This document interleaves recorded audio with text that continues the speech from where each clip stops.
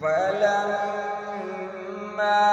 جهزهم بجهازهم جعل السقاية في رحل أخيه.